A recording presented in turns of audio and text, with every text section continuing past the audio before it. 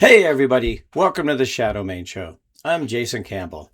As you know, we've been publishing blog articles and interviews and news and reviews, all kinds of stuff on shadowmain.com for years. Now, we bring it to you in this show format so we can open up our discussion to the community. We talk to a guest. We bring in opinions from our email lists and our Discord and our social media. If you want to get involved, just email us at shadowmainrpg@gmail.com. But we have a very special guest today who I will introduce so you can stop listening to me talk. Welcome, Mike Shea, aka Sly Flourish. Do I have to keep saying that? Everybody knows it's just a nickname, right? Welcome. And, thank you. Thank you for having me. Hey, it's good to have you on the show. So today, on the Saturday Main Show, we focus on one topic. So we're talking about GM prep in general, but especially because Mike is looking at a new Kickstarter. Backer kit? Kickstarter. Nope, it's back. It's Kickstarter. Yep. I said it right. Yep.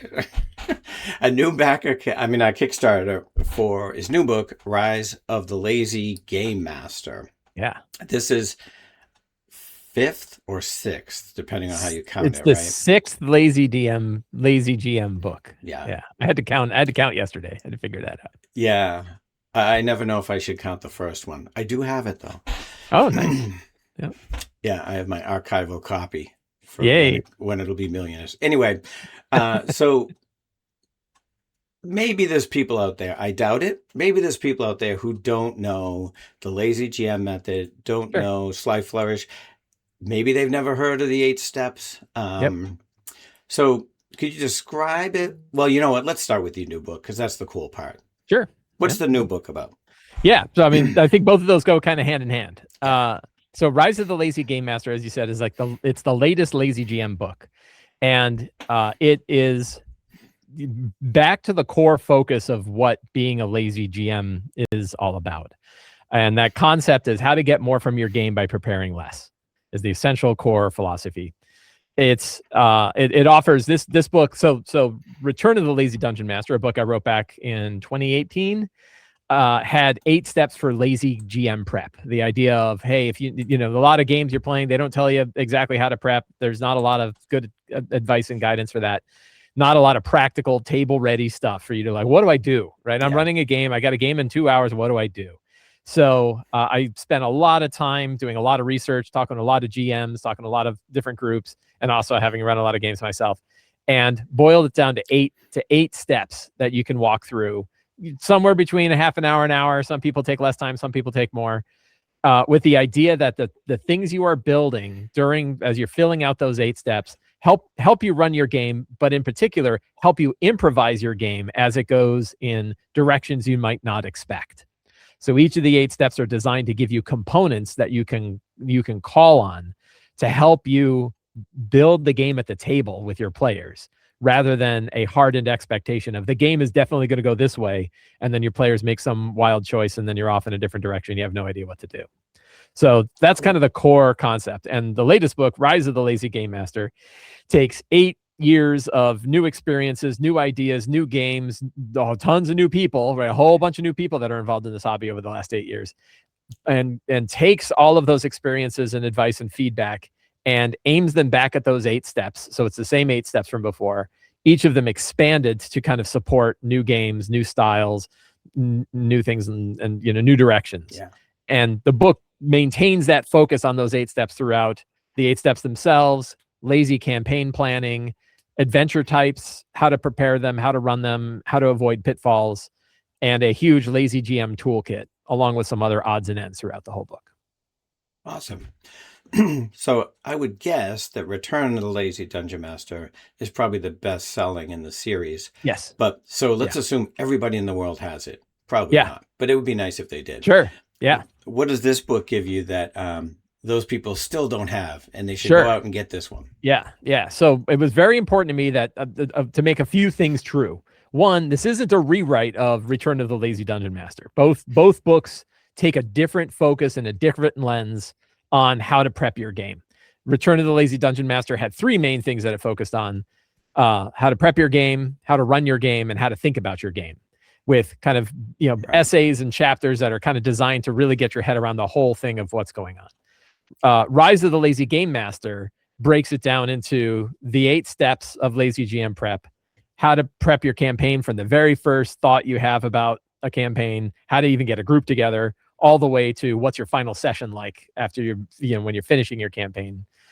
These 10 adventure types, common adventure types that we run, like dungeon crawls, overland travel and exploration, investigations and mysteries, infiltrations and heists, and so on, and how you tailor the 8 steps around those particular adventure types, and also what processes you go through when you're running those adventure types. A whole bunch of, for each one of those adventure types, there's a adventure scenario that shows you what the 8 steps look like for that particular, like an example of what the 8 steps look like for that particular adventure type. That's also a kind of playable adventure. You could kind of grab that and run with it. You can even chain them all together and build a little campaign out of it if you're excited about it. Cool. And then this giant toolkit of over 60 different little Lazy DM tools, Lazy GM tools that you can use. Bring in some of them you might love, some of them you might not, but you can build your own personal toolkit out of this whole set. So that different focus is what sets it apart from Return of the Lazy Dungeon Master, which we still plan on selling. It's you can actually get both books together in as part of the Kickstarter. You can actually get all the Lazy DM books together as part of the Lazy DM kit. But also, all those books still stand alone. You don't need to have all of the other books in order to get value out of Rise of the Lazy Gamemaster. Awesome. Return of the Lazy Dungeon Master is still good on its own. Nothing is obsolete, and both books work well when you have them side by side. Awesome. One of the things I noticed when we were flipping through the preview is, so you've this one addresses more than the others, I think, lazy campaign building. Yep, that was a big thing we wanted to expand on. Yeah, there's like eight chapters or 9 chapters. Yeah, so it even touches on like world building and how does that? Feels like that always takes a long time. How does that break down to be more efficient? Yeah, so I just did. So I have a Patreon, and for the Hero Tier patrons, I just read that chapter aloud. Right. For the Patreon today, like not 2 hours ago. So I have that chapter particularly in my brain. And so a lot of it is like, what does building a lazy campaign look like? And a lot of it is like, steal as much as you can from other work. So if you can, published campaign settings are going to have a value that you're not going to be able to get on your own. Right. I was just flipping through the Arkland source book, a city source book for Dragonbane. And it's a beautiful book. And I guarantee you, there's no way a home GM is going to build a city out like that book builds out a city. Not with that art, not with that design, not with all those random tables. And you get it for like $40 or $50, right? And like, you're going to spend way more money commissioning the art, for that than you would. So, but they're still like, I hear you, Mike, but I want to run my own campaign world too. Right. About half of, from the surveys I've done, about half of GMs run their own homebrew campaign. I'm doing the same thing now. I'm running a homebrew campaign for my Wednesday group. So then it's like, well, what can you build that's going to matter to your games and matter to the characters and matter to your players? And that's kind of a different focus than a lot of GMs take, where they're building huge worlds, they're building ancient histories, they're building massive political issues. And it's like, man, your players aren't going to care. Right. They want to see what their characters do cool stuff. They want to know what weird stuff is in the basement of the inn. And, if you're thinking about this whole other side, it's not, it's a lot of material you might not end up using. And I don't want to knock people who build all that because they love it. But you can't build that and assume it's actually going to help, right? I do lots of things for my games where I'm like, I don't think the impact of this is going to be quite as high as I would love it to be, but that's cool.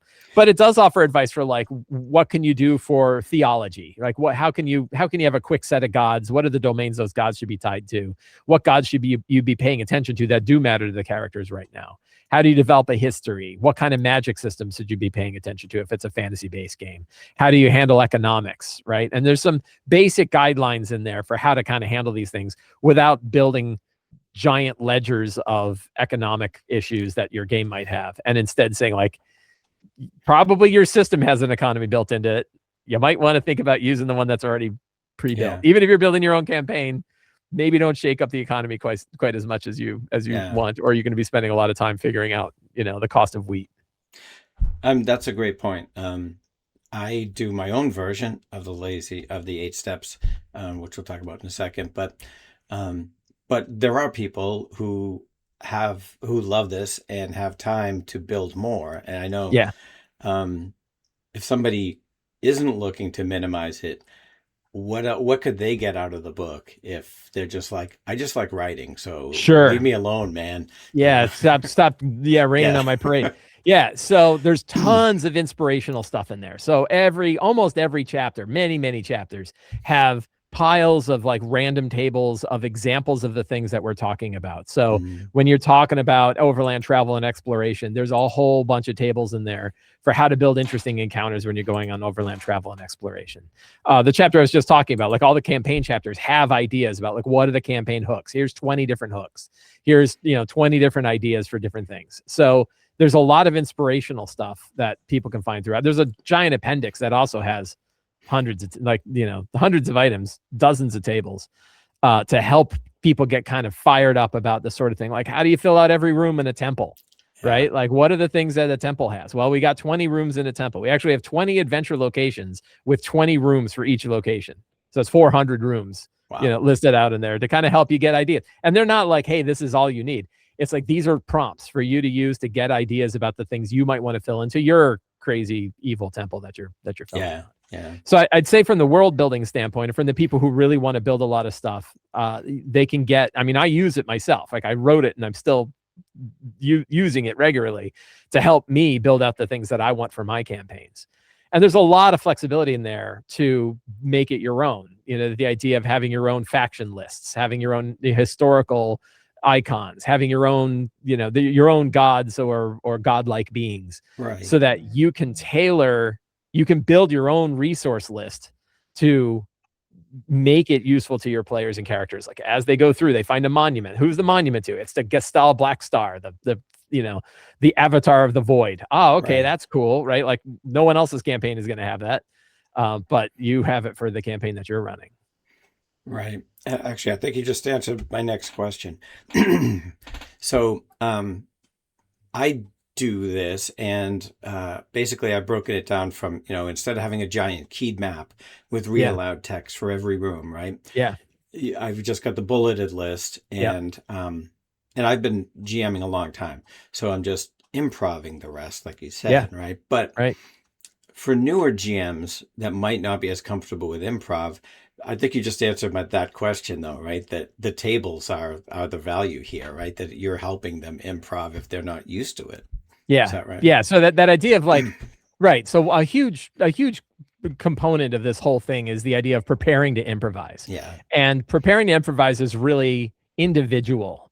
We all have certain things that help us if we spend a little time ahead of time preparing. And then there are things that we don't have to worry about. NPCs are a big one. Different people, different GMs have different things they want to have prepared for NPCs. Oh, yeah. I really just kind of need a name. I almost don't need anything else. I really don't, but other people are like, no, I need mannerisms. I need motivations. I need appearances. I need these other things because I can't just come up with that. I need to have an accent already in mind before I start, or it's always going to be French, right? So, or whatever. Yeah. So different GMs kind of need different things that they want to prepare ahead of time, or can get away with not preparing at all. And yeah, like chamber descriptions are one where maybe some GMs are pretty able to come up with a good chamber description ahead of time. Right. I kind of like to have, I think I'm doing what you were talking about, where I'll have a good map. So I have something solid about what this location is going to look like. But if I don't have time, I'm not going to fill in every single chamber, 42 chambers in this. But instead, I might have a list of like, here's a dozen chambers that I think the characters might run into or that may be important while they're exploring this place. And rarely is it like, oh man, I didn't have enough, right? And if I run into that situation, then maybe I'm scrambling a little bit. But also, like 12 chambers is a lot of chambers for the characters to get through in one session. So I probably have a good idea of where they're going next by the time we're doing the next session, and I can fill in another set without having to fill in every chamber. But there are times, I think recently I was running a game and I printed out I love Dyson Logos maps. Those are like my go-to maps. And we're actually gonna have 20 of them in Rise, including two new ones that he did just for this. So brand new map. Well, brand new versions of older maps that he had done. Cool. Yeah, so he reached out to him, and that was really awesome. So I'll print it out, and I'll take a Sharpie, and I'll just write like a word for every room. And in this case, there wasn't a lot of chambers, and it was pretty quick for me to be able to just jot down. Also, I don't think they were doing like a dungeon crawl. It was more like this was a layer they were defending. Okay. So I was like, okay, I need to tell them what these chambers are. And they're going to need all of them all at once because they're going to be defending the place. They already have all the information. So that was one where I was like, okay, I'm going to jot down, this is the sleeping quarters. This is the main audience chamber. This is the reliquary where they're keeping the dead dragon. Right, this is, these are the arms, right? This is the front door. Yeah. And, you whip it out as fast as you can, right? And you can fill in the details as you go. So that's a good example, and it's a good example of where the location step of the 8 steps for Lazy GM Prep, where the new book dives into those details of like what are all of the different ways that you might write down location information, depending on the kind of session you're running. Dungeon crawl is different than overland travel, which is different than investigations and mysteries when it comes to locations. Cool. All right, so we've been talking about prep, GM prep, campaign prep, session prep in Shadowmane Discord server. You can join, send us an email, we'll get you the link, yada, yada, yada. I got some quotes, and in this case, my friend Sir James, friend of Discord, has a lot of them. So I'm going to let him take over from Sir James. So he said he uses, like I had said I do, a modified version of the 8 steps. So for him, his main headings are housekeeping and recap, which I actually do also. So this is, for me, housekeeping is like, hey, by the way, this is how I'm going to do milestones. This is how, this spell is going to work from now on. And recap, hopefully a short, here's what happened last time. Yeah. Right? And then the strong start, which is my favorite. And then scenes. Intrusion ideas, because James runs a lot of Cypher. Yeah, okay. And that helps a lot. It sounded like I saw that, and I was like, oh, that sounds like a Cypher thing. Yeah. That's a good idea. Yeah. And that's a good example. I'm jumping in already, but that's a good example of the prepare to improvise, right? Intrusions are kind of intended to be an improvisational thing, but sometimes it can be tough to, on the spot, come up with something. It is. So, hey, I'm going to write down a list of these things so that when I'm doing a GM intrusion, I'm ready to go. That's a good idea. And that's a good example of how to customize it around the game. And his following lists: characters, secrets and clues, locations, loot, scratch pad is, Yep. I got one of those. Yeah. Yep. You have to have some space somewhere. Yeah. I got to write something down. But for him, he was saying these are more flexible, that maybe although maybe you don't need, I don't know, if you know what's going on, if it's going to be just battle, you don't need as many secrets and clues, or maybe you're in a place where there's not going to be any loot. Yep. Yeah, so, a big component of all this, both in Return and in Rise, I talk about the idea of customizing the 8 steps. That you can customize them based on the things that you need for your group. This is exactly this is exactly what I would hope somebody would do with them. Yeah. Hey, there's some of these are really good ideas that help me out. Other ones I don't really need, and I have a few others that I want to add in because they really help me when I'm running a game. Perfect, right? Perfect way to handle it.